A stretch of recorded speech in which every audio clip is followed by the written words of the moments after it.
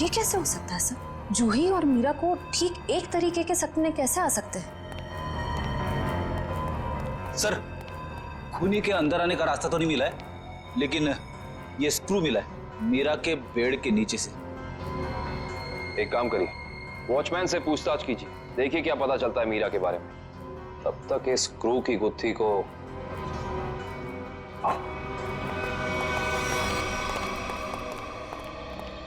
करण, ready को ये screw कहां मिला था? सर वहां उधर। इधर? ये स्क्रू हाँ आया कैसे होगा? हाँ ले आओ, संभाल के। इश्ता, श्रेया,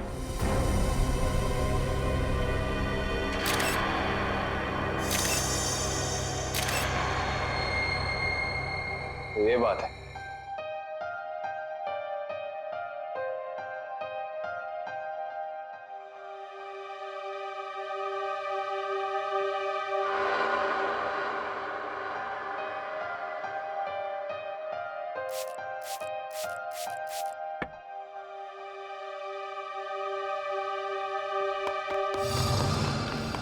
कौन है? कौन है वहां? कौन है यहाँ पर? सामने क्यों नहीं आते?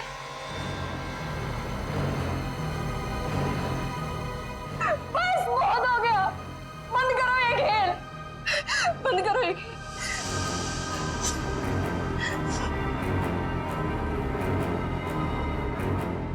सो भी तो नहीं सकती, अगर सो गई शायद फिर कभी नींद से उठ ही ना पाऊं। जूही, श्रुति तुमसे कितनी बार कहा है कि दरवाजा खटखटा के अंदर आया करो। ओ हेलो मैडम, ये गर्ल्स हॉस्टल है, किसी ऑफिस की बॉस का केबिन नहीं है। तुम नहीं समझोगी। जूही, क्या हुआ तुम्हें? इतनी चिड़चिड़ी और उखड़ी उखड़ी क्यों लग रही हो? जो इंसान 4 दिन से सोया नहीं हो ना, उसका बर्ताव ऐसे ही होगा ना। सोती क्यों नहीं? मैंने कहा था ना तुमसे, वो सिर्फ और सिर्फ सपने हैं, उनका कोई मतलब नहीं है। श्रुति, सिर्फ सपना नहीं है वो, जो मेरे ऊपर बीत रही है वो तेरे पर बीत रही होती तब तुझे मेरी तकलीफ पता चलती। मैं तेरी तकलीफ समझ रही हूँ जूही, लेकिन तू मेरी बात नहीं समझ रही है। जैसा तू सोच रही है वैसा कुछ भी नहीं है। नहीं, चल अच्छा, अब थोड़ी देर आराम कर। चल श्रुति नहीं, अब तू गहरी नींद में सो जा। मेरी बात मान जूही, सो जा थोड़ी देर। मैं नहीं सोऊंगी श्रुति। सो जा जूही, तुझे मुझ पे भरोसा है कि नहीं? है ना? तू अभी आराम से सो जा, मैं तेरे कमरे के बाहर ही हूँ। वो सपने फिर आएंगे श्रुति। नहीं आएंगे। Good night. साल भर पढ़ाई करते तो आज ये नौबत तो ना आती। मुझे बहुत डर लग रहा है यार, कुछ भी तो कंप्लीट नहीं हुआ है। मैं तो श्रुति से ना, श्रुति पता है मैं तुझे ही ढूंढ रही थी। मुझे तेरे नोट्स देना यार, वरना पता नहीं एग्जाम्स में क्या होगा। मुझे बहुत डर लग रहा है यार। मेरे भी नोट्स अधूरे हैं। अच्छा ऐसा करते हैं कि कल लाइब्रेरी जाके इकट्ठा नोट्स बना लेते हैं। तुम दोनों टेंशन क्यों ले रहे हो? अरे गर्ल्स, क्या हो रहा है? एग्जाम शुरू होने वाले हैं। चलो सब अपने अपने कमरे में जाओ और जाकर पढ़ाई करो, बहुत रात हो गई है। Yes madam.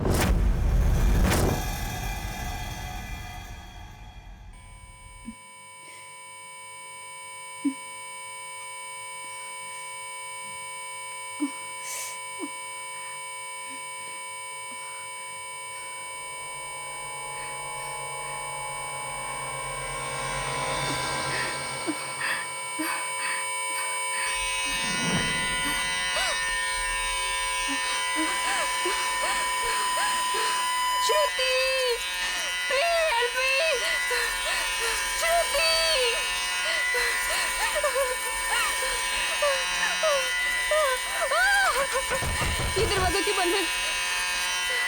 श्रुति, ये लाइट क्यों नहीं जल रही है?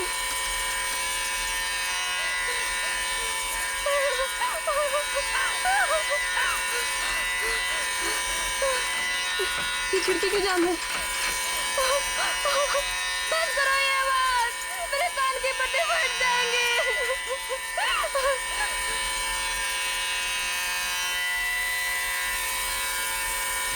ये धुआं कहाँ से आ रहा है?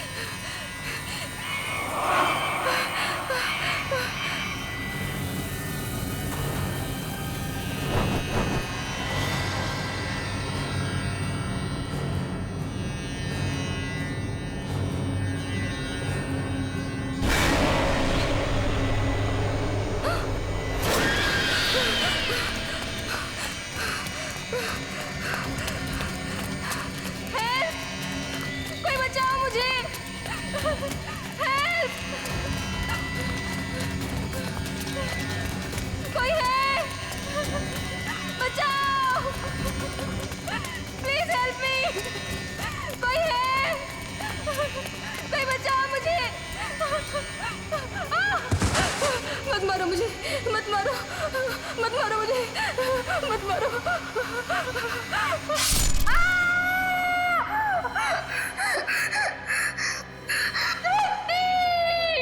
ओह नो, ये तो जूही की चीख है। लगता है उसने वही पुराना सपना देखा है।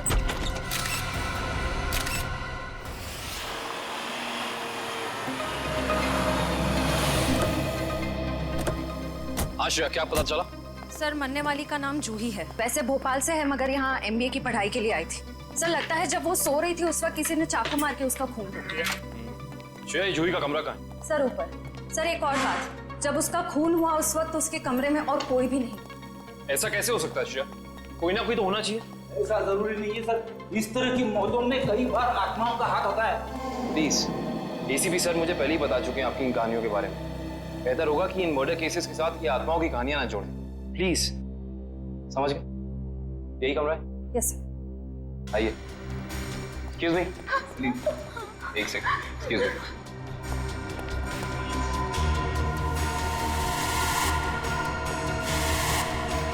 हमला भी शायद जूही की नींद में ही हुआ। बेचारी को अपने आप को बचाने का मौका भी नहीं मिला होगा। एक्सक्यूज मी, यहाँ पे सबसे पहले जूही की मौत का पता किसको चला? सर, सबको एक साथ ही पता चला था। हम यहाँ कॉरिडोर में थे, अचानक से जूही के कमरे से चीखने की आवाज आई और अंदर आके देखा तो जूही की जान जा चुकी थी। उस समय कमरे में जूही के साथ और कौन था? सर, उस वक्त जूही के साथ कोई नहीं था। देखिए, आप लोग दोबारा याद करने की कोशिश कीजिए। हो सकता है कोई ऐसा जो उस वक्त भाग निकला हो। सर, भागने का तो सवाल ही नहीं उठता, क्योंकि डोर बाहर से बंद था और वो अंदर से। खूनी भागेगा भी तो कहाँ से भागेगा? एक मिनट, ये दरवाजा बाहर से बंद था, क्यों? सर, कई दिनों से जूही सो नहीं पा रही थी। अचानक नींद से जाग जाती थी और भागकर अपने कमरे से बाहर आ जाती थी। आज भी कुछ ऐसे ही हुआ। वो सो नहीं पा रही थी, मैंने उसको सुलाया और मैं बाहर आ गई और दरवाजा बाहर से बंद कर दिया। लेकिन इसे नींद क्यों नहीं आ रही थी? सर, कई दिनों से उसे डरावने सपने आ रहे थे। उसे ऐसा महसूस हो रहा था कि उसका सपनों में कोई खून करना चाह रहा है, उसकी कोई जान लेना चाह रहा है। हमें क्या पता था कि उसका सच में खून हो जाएगा। डरावने सपने? मैं कह रहा था ना, ये कोई आत्मा का ही चक्कर है।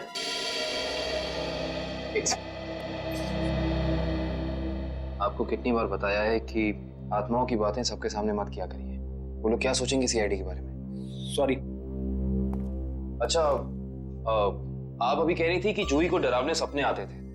कभी उसने आप लोगों के साथ कुछ शेयर किया कि उसे किस चीज के सपने आते हैं? कुछ भी?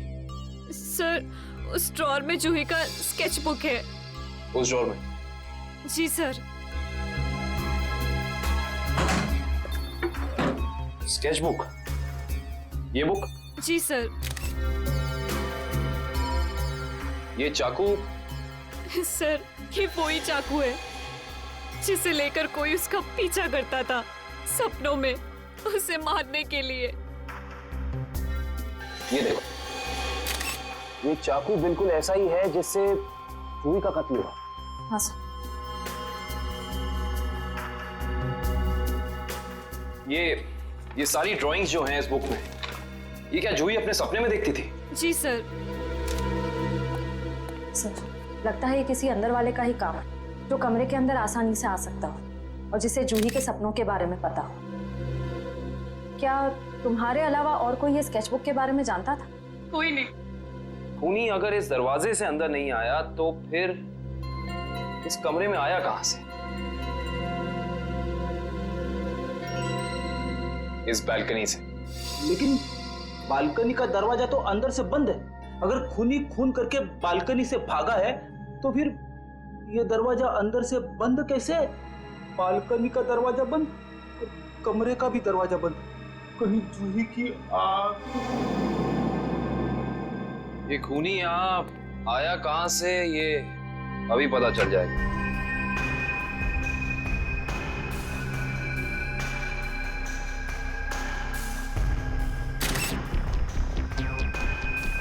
ये देखो, जूते के निशान। हो ना हो खूनी इसी बालकनी से चढ़कर आया। लेकिन बालकनी का दरवाजा तो अंदर से बंद था, तो फिर खूनी यहाँ ऊपर चढ़ के कमरे के अंदर आया कैसे होगा? ये भी पता चल जाएगा फ्रेडी जी। बस एक बार जूही के मौत के कारण पता चल जाए, कुछ तो हो गया, कोई सबूत कुछ तो होगा। इधर देखो, ये पाइप इसी वाटर पाइप से चढ़कर खूनी इस बालकनी तक आया है। यहाँ के वॉचमैन से मिलना पड़ेगा। माफ कर दिए साहब, गलती हो गई। इसे गलती कहते हो तुम? एक इंसान गर्ल्स हॉस्टल की बालकनी में चढ़ जाता, अंदर कमरे में जाके खून कर देता, और तुम्हें कुछ पता भी नहीं चला। बस साहब 15 मिनट के लिए मेरी आंख लग गई थी। मैं सपने में भी ऐसा नहीं सोच सकता था कि उस दौरान ऐसा कुछ हो जाएगा। तुम्हारी 15 मिनट की लापरवाही की वजह से एक लड़की की जान चली गई, उसकी जिंदगी लौटा सकते हो तुम?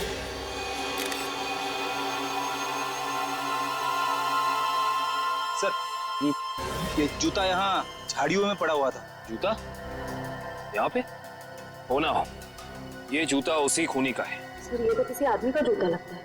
यानी बालकनी में जो इंसान चढ़ा था वो कोई आदमी था? सुनो, ये जूते को पहचानते हो? नहीं साहब। दोबारा याद करके बताओ, सही से याद करो। कोई इंसान यहाँ आया था जिसने ये लाल जूता पहना था? मैंने नहीं देखा, शायद अंजलि मैडम ने देखा हो, वो हमेशा रिसेप्शन पे बैठती है। ये अंजलि मैडम को बुलाओ, जाओ। जी सर। अगर ये जूता यहाँ है तो कुछ और भी जरूर होगा, ढूंढते हैं।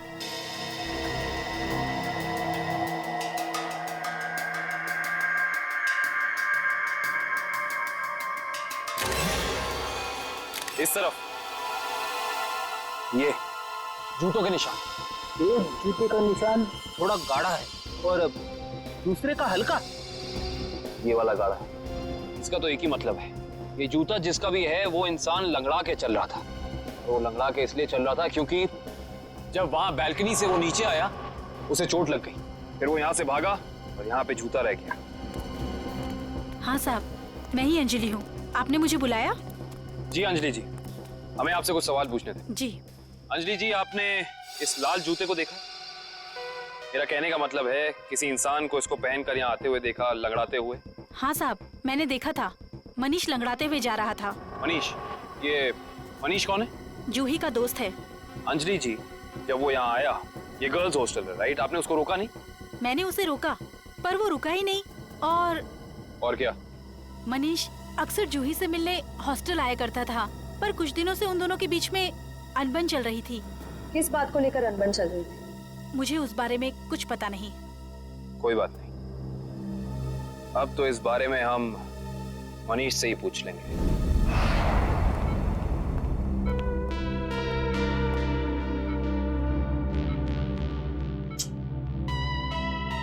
मनीष, कैसे हो यार?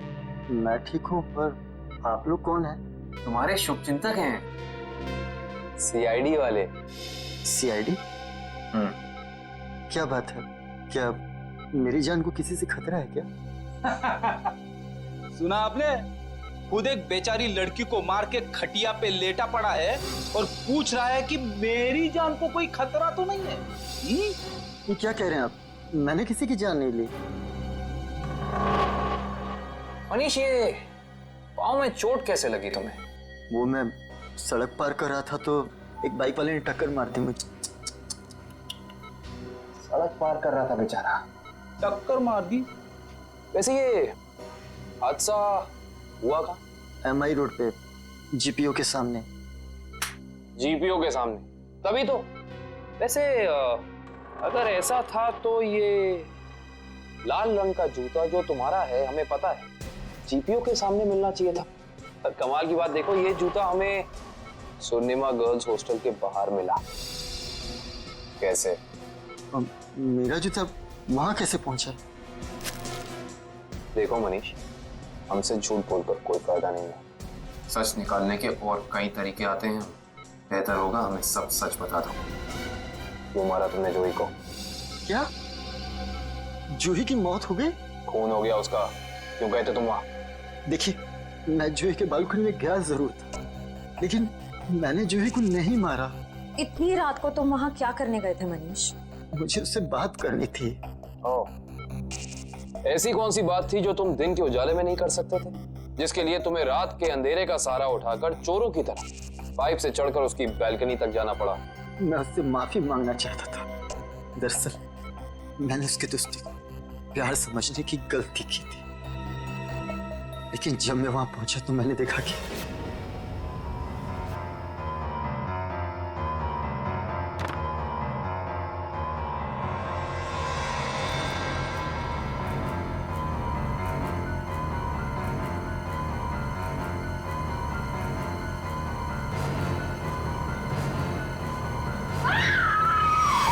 शर्म आनी चाहिए तुम्हें मनीष। उसकी मदद करने की बजाय तुम वहां से भाग गए। यही है तुम्हारा प्यार? अगर किसी ने वहां मुझे देख लिया होता तो इल्जाम तो मुझे पर आता ना। देख तो तुम्हें लिया ही था। अंजलि जी ने तुम्हें रोकने की कोशिश भी की पर तुम रुके नहीं। ये सब छोड़ो, हमें ये बताओ कि जब तुम वहां थे तो उस वक्त कमरे में और कौन था?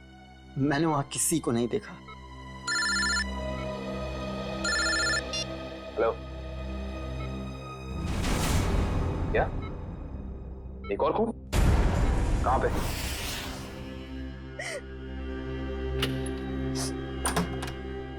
आप कौन? हम लोग सीआईडी से। आइए।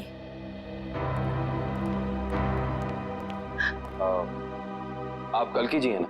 जी, मैंने ही आपको फोन किया था। मेरी सहेली मीरा का खून हो गया है। उसकी लाश ऊपर उस कमरे में पड़ी है।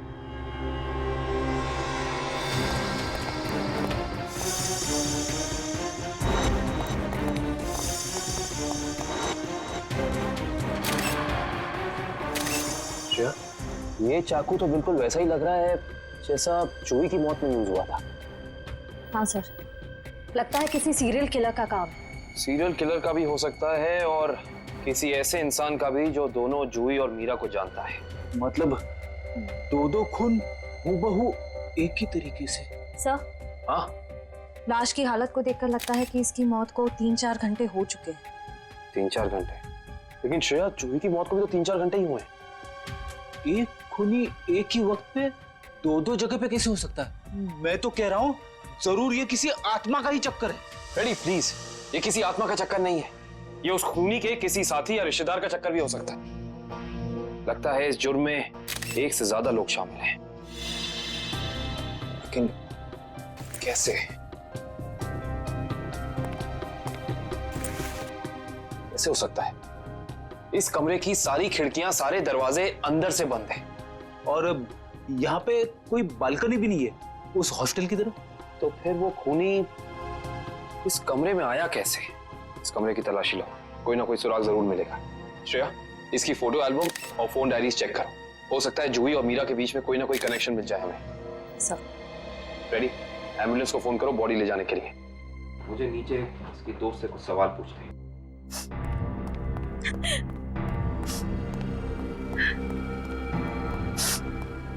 बाल्की जी। जी। आपको मीरा की मौत के बारे में कब पता चला? रात को मैं काफी देर से ऑफिस से लौटी तो मैं इस कॉरिडोर से गुजर रही थी कि तभी मुझे मीरा के चीखने की आवाज सुनाई दी। मैं दौड़ती हुई उसके दरवाजे तक आई। मीरा का दरवाजा खटखटाया पर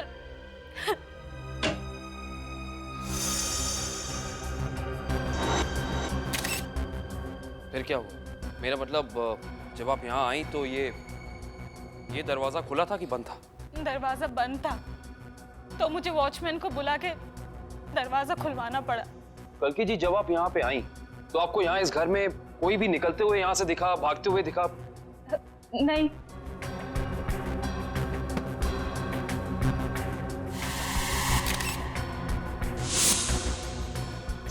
कालकी जी, आपकी दोस्त मीरा काम क्या करती?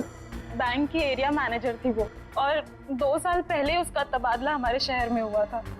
तबादला? हाँ श्रेया, क्या पता चला? सर, मरने वाली का नाम जूही है। वैसे भोपाल से है मगर यहाँ MBA की पढ़ाई के लिए आई थी। क्या ये तबादला भोपाल से यहाँ हुआ? जोधपुर से। पर क्यों सर? आपकी दोस्त मीरा किसी जूही नाम की लड़की को जानती थी? जहाँ तक मुझे पता है सर, इस नाम की तो उसकी कोई दोस्त नहीं थी। दोस्त नहीं तो कोई रिश्तेदार? क्योंकि कुछ घंटे पहले एक 21 साल की लड़की का बिल्कुल इसी तरीके से खून हुआ है। उस लड़की का नाम जूही था और ये उसकी तस्वीर है। क्या आप जानती हैं इसे? नहीं। आप जानती? डरावने सपने, मीरा को भी डरावने सपने आ रहे थे। हाँ सर, बस कहती रहती थी कि उसका कोई खून करना चाहता है।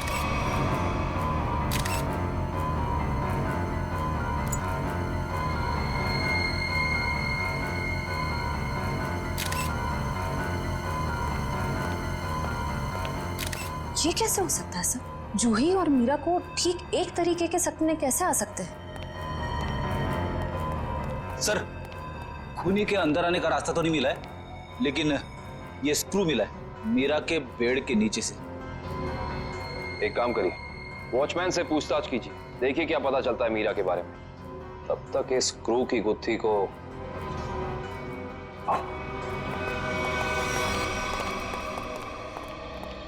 करण, रेडी को ये स्क्रू कहाँ मिला था? सर वहां उधर। इधर? ये स्क्रू हाँ आया कैसे होगा? हाँ ले आओ, संभाल के। इश्ता, श्रेया,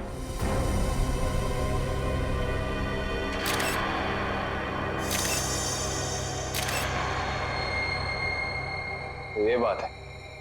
क्या हो सर? ये देख रही हो, सीलिंग फैन। अब ये सीलिंग फैन इस स्क्रू की गुत्थी को सुलझाएगा। करण, समझ गया सर।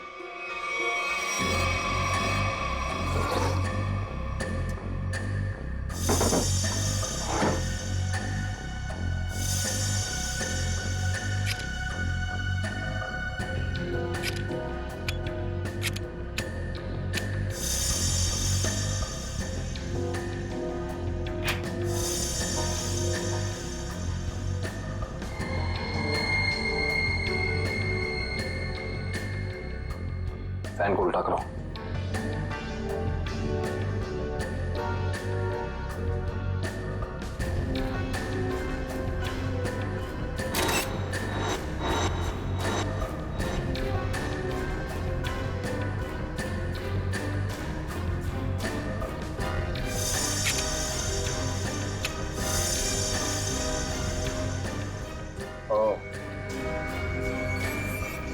सर यानी ये स्क्रू इस फैन का है?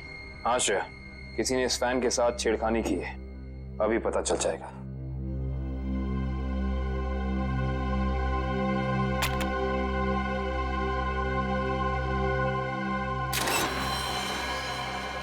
ओह माय गॉड, तो ये बात है, मतलब चाकू इसके अंदर था।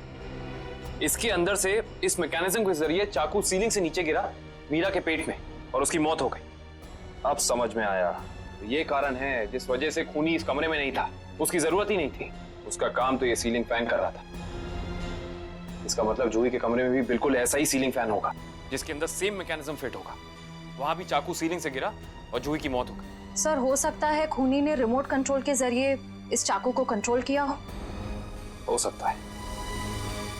और सवाल यह है श्रेया कि खूनी को कैसे पता चला कि सही वक्त रिमोट बटन दबाने का कौन सा था? हाँ सर, क्योंकि ना तो हमें मीरा के कमरे से कोई कैमरा मिला, ना ही जूही के कमरे से, जिससे ये पता चले कि खूनी दोनों लड़कियों पर नजर रख रहा था।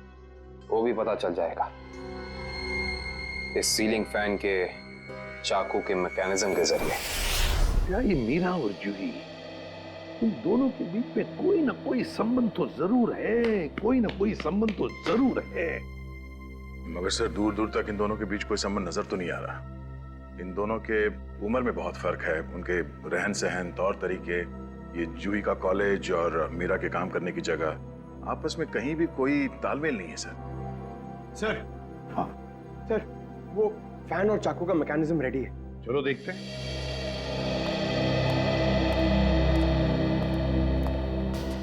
पंकज, रिमोट ऑन करो।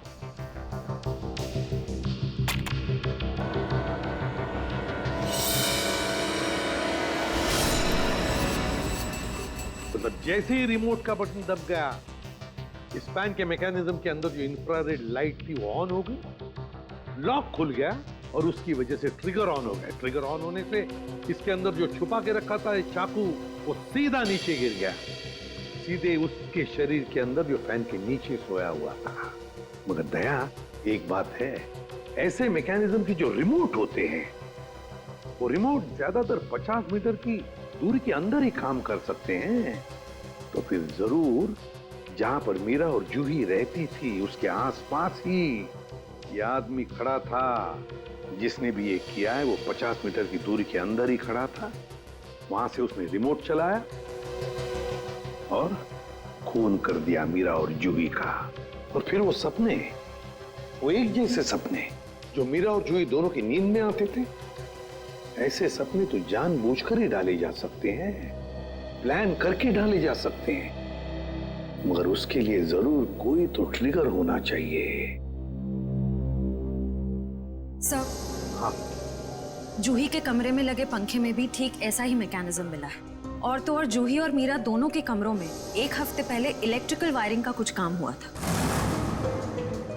जूही और मीरा दोनों के घर में, दोनों के कमरों में एक हफ्ते पहले इलेक्ट्रिकल वायरिंग हुई थी। कहीं ऐसा तो नहीं कि वही इलेक्ट्रिशियन है जिसने दोनों के घरों में इलेक्ट्रिकल का काम कर दिया और फिर खून भी उसी ने किया? पता लगाना पड़ेगा इस इलेक्ट्रिशियन के बारे में।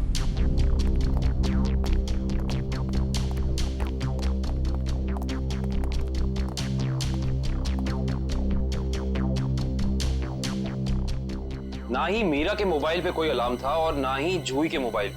फिर दोनों को एक ही वक्त एक जैसे सपने कैसे आ सकते? इसका मतलब सपने ट्रिगर करने वाला मैकेनिज्म यहीं कहीं है। सर, ये देखिए, इस पे अलार्म है, लेकिन सुबह 6 बजे का। 6 बजे का? पर मीरा की मौत तो 3 बजे हुई थी, तो सपने शुरू करने का ट्रिगर लगभग 1 या 1.5 के बीच का होना चाहिए। यह भी तो हो सकता है कि किसी ने मीरा को सम्मोहित कर दिया। ऐसा नहीं हो सकता फ्रेडी, क्योंकि अगर ऐसा होता तो मीरा के दिन भर का हाव भाव, चाल चलन सब प्रभावित होता, पर ऐसा नहीं हुआ। नहीं, कुछ है यहाँ जो हम अभी तक देख नहीं पा रहे। ढूंढो, यही है।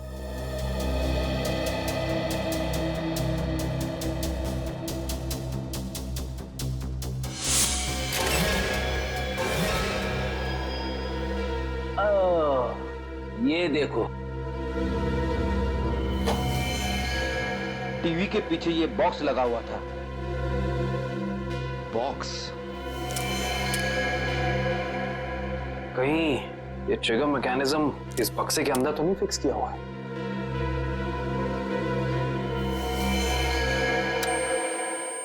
अरे अलार्म बंद करो, ये आवाज मेरे कान के पर्दे फटा ली। सर, कौन सी आवाज? यहाँ कोई अलार्म नहीं बज रहा है। अरे इतने जोर से बज रहा है, सुनाई नहीं दे रहा है। बंद करो। हाँ, बज तो रहा है, लेकिन बहुत धीमी आवाज में। बंद करो, बंद करो। बंद हो। Thank you. इतना भद्दा अलार्म मैंने जिंदगी में नहीं सुना। सोने वाला उठेगा नहीं, हार्ट अटैक से सीधे ऊपर चला जाएगा। मगर सर, अलार्म की आवाज सिर्फ आपको कैसे सुनाई दी? हो सकता है श्रेया, क्योंकि ये लो फ्रीक्वेंसी अलार्म है।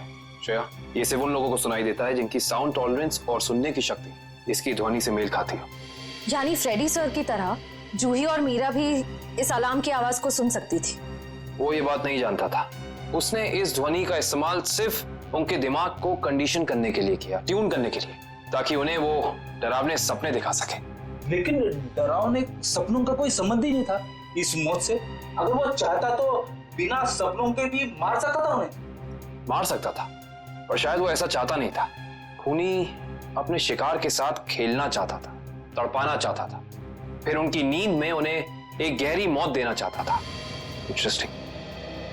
करण सर, कल की को बुला के लाइए। जी। को ये देखो।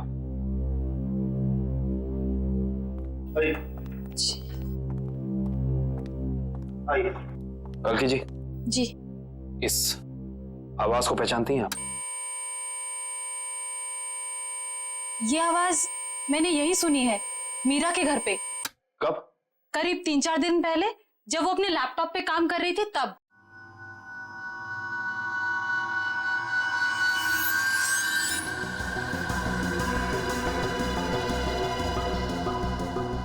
आपको मीरा के लैपटॉप का पासवर्ड पता है? नहीं सर। हमें कंप्यूटर एक्सपर्ट से इसका पासवर्ड ब्रेक कराना होगा, लेकिन मुझे लगता है कि हमारे सारे सवालों के जवाब इसी लैपटॉप के अंदर है, इसके अंदर।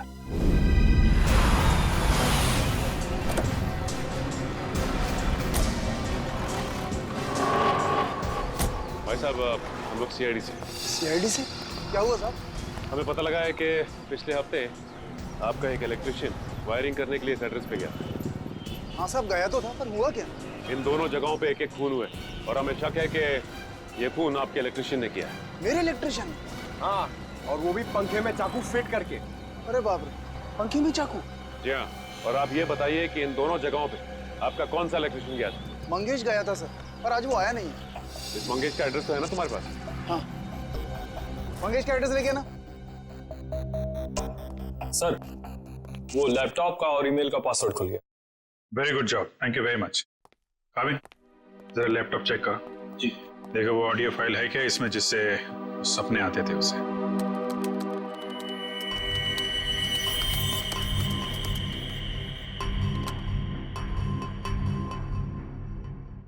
सर, इस कंप्यूटर में कोई ऑडियो फाइल नहीं है। हाँ, लेकिन मीरा के ईमेल अकाउंट में एक वीडियो फाइल दिख रही है। Video file? खोलो खोलो इसे जरा।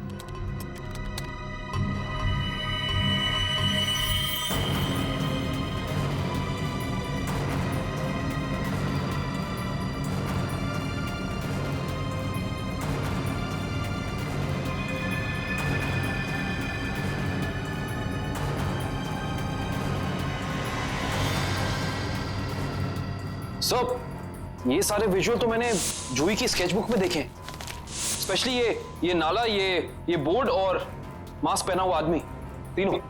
इसका मतलब खूनी ने जूही और मीरा दोनों को चेतावनी भेजी थी। उन लोगों को हमारे पास आना चाहिए था मदद मांगने।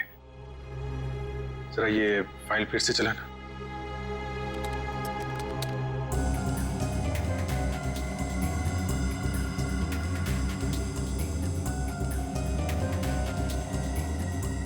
Boss boss boss, Banjara road जो शहर के पश्चिमी हिस्से में है ना? Yes sir. मतलब जो कुछ हुआ है बंजारा रोड पे ही हुआ है। क्या? ठीक है, ओके। सर, उस इलेक्ट्रिशियन मंगेश का जो पता मिला था वो नकली है सर। कोई बात नहीं, स्केच बनवाओ उसका और अपने डेटाबेस में चेक करो।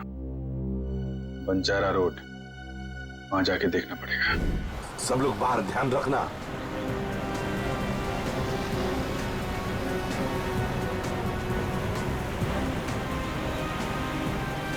आराम से पंकज, आराम से। एक मिनट एक मिनट। यह है ना एक सूखा नाला, सूखा नाला है और वो रहा पेड़। सूखा नाला और उसमें वो पेड़। जरा आगे चलकर देखते हैं।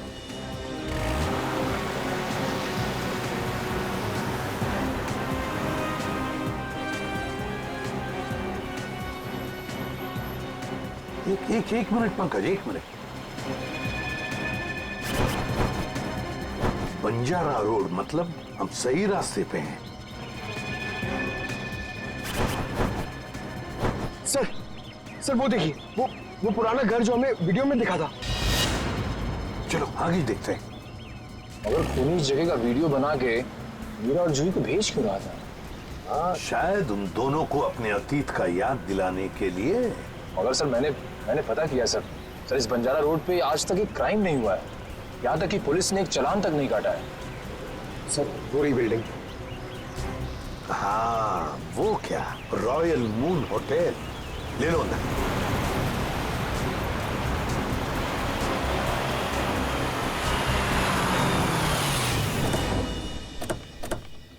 हाँ, इलेक्ट्रिशियन का स्केच मैच नहीं हो रहा है तो कोई बात नहीं, ठीक है। वेलकम सर, कहिए मैं आपकी क्या सहायता कर सकता हूँ? हम लोग सीआईडी से हैं। दरअसल एक केस के सिलसिले में कुछ पूछताछ करनी थी आपसे। सीआईडी? बाबू पूछिए, क्या पूछना चाहते हैं आप? वैसे जरा बताइए, कुछ दिन पहले क्या आपके होटल के बाहर कोई किसी तरह की वीडियो शूटिंग कर रहा था? शूटिंग? नहीं सर, हमारी होटल के बाहर शूटिंग या फोटोग्राफी की अनुमति नहीं है। ये दो फोटोग्राफ दो लड़कियों के, एक का नाम मीरा है, एक का नाम जूही है। क्या ये लड़कियां आपके यहाँ कभी ठहरी थी, कभी आई थी? सर, हमारे यहाँ रोज बहुत सारे कस्टमर आते हैं, ये बता पाना थोड़ा मुश्किल है। मैं समझ सकता हूँ, लेकिन हो सकता है आपके रिकॉर्ड में हो कुछ इनके बारे में। जरा देखिए। अलका, जरा रिकॉर्ड्स चेक करना। सर। हाँ सर, ये दोनों गेस्ट हमारे होटल पे रुके थे पिछले साल 17 मई 2013। 17 मई 2013 मतलब 1 साल पहले। तो क्या एक साथ आई थी या अलग अलग? नहीं, अलग अलग। सर, इन दोनों के पास शहर में रहने के लिए जगह है। एक घर में रहती है और एक हॉस्टल में रहती है। फिर ये दोनों यहाँ किस लिए आई थी? कोई तो वजह होगी ना पंकज, कोई तो वजह होगी। क्या आपका रिकॉर्ड देख सकता हूँ 17 मई 2013 का? Sure sir. 17 मई 2013 काफी सारी लड़कियां आई थी उस दिन आपके होटल में। कोई फंक्शन वगैरह था क्या?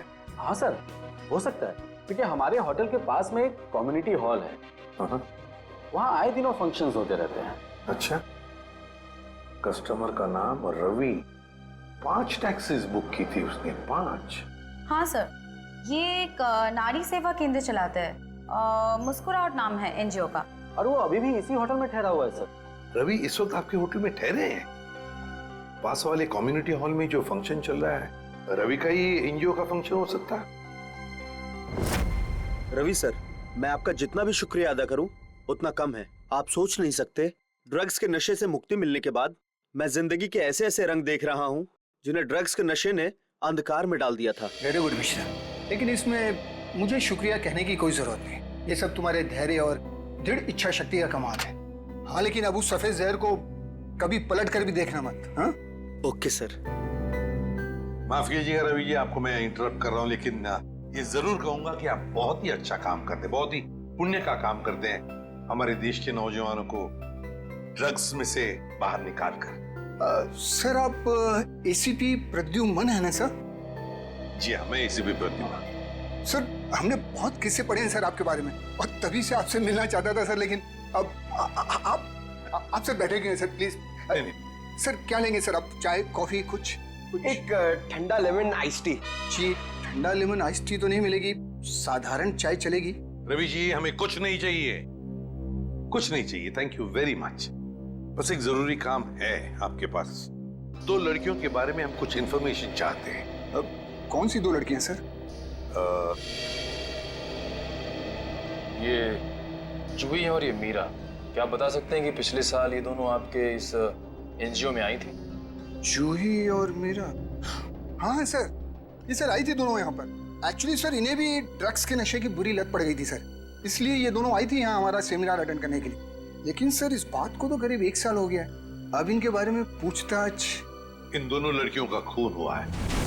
क्या खून हो गया? लेकिन सर कैसे, किसने किया सर? बस वही पता लगाना है, इसलिए हम चाहते हैं कि अगर आपको इन दोनों के बारे में कोई खास बात मालूम हो, कोई यादें हो आपके पास इनके बारे में, तो मदद हो जाएगी हमारी तहकीकात करने में। कोई खास बात इस वक्त तो याद।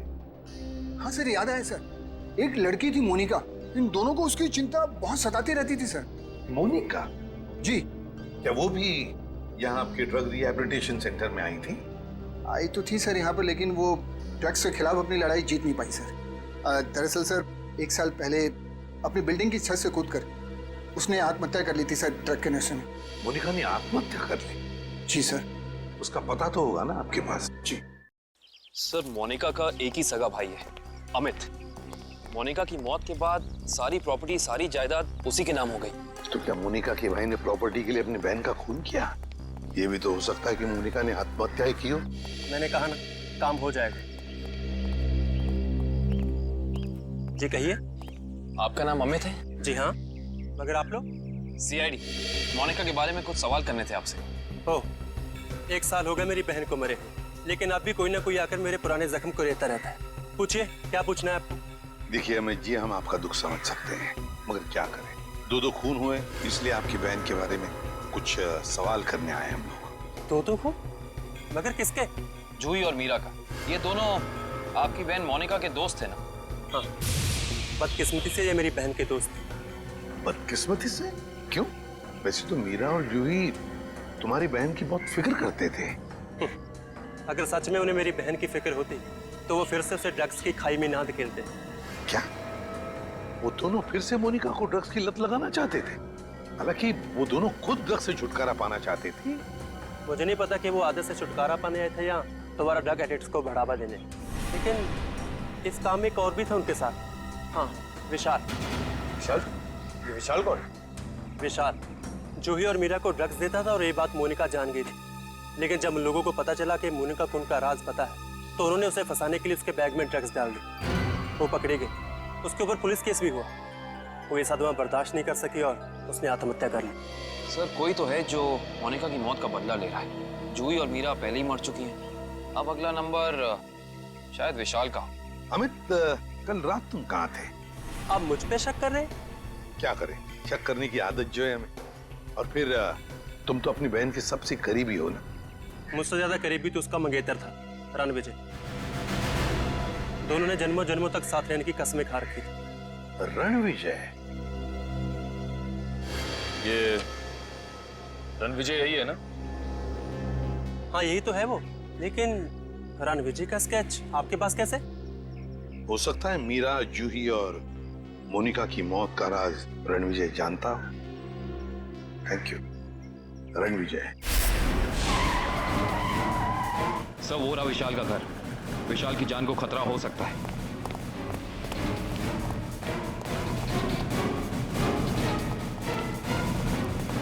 सर लगता है रणविजय पहले ही पहुंच चुका है। विशाल ठीक तो हो ना? सर जान बचा के भागो सर। रणविजय कहाँ है? सर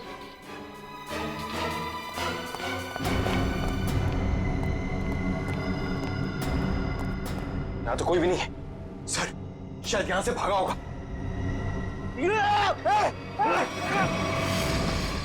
रणविजय! कोई मत हिलना, इसको मारूंगा नहीं तो। छोड़ दो उसे, छोड़ दो।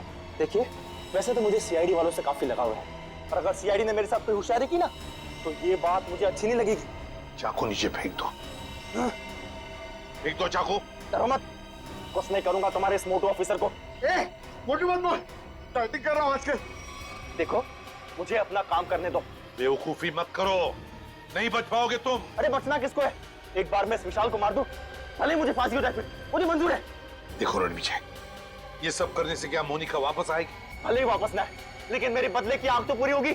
इन तीनों ने रातों की नींद उड़ा दी थी मोनिका की, इसलिए मैं भी इनके साथ वही कर रहा हूं। इन्हें तड़पा तड़पा कर मारूंगा मैं। देखो रणविजय, मोनिका के साथ जो कुछ भी हुआ ठीक नहीं हुआ। इन तीनों की वजह से बेचारी को जेल जाना पड़ा, बदनामी हुई। नहीं, रात रात भर सो नहीं पाती थी वो, बुरे बुरे सपने देखकर जाग जाती थी। ये विशाल ने मोनिका का बंजारा रोड पे पीछा किया था उसे मार डालने के लिए, इसलिए मैंने भी इन्हें पहले बुरे बुरे सपने दिखाए और अब मैं इन्हें मौत की नींद सुला रहा हूं। रणविजय, ये तुम क्या करने जा रहे हो? विशाल को उसके किए की सजा कानून देगा। अरे कानून का क्या गया, प्यार तो मैंने अपना खोया है ना।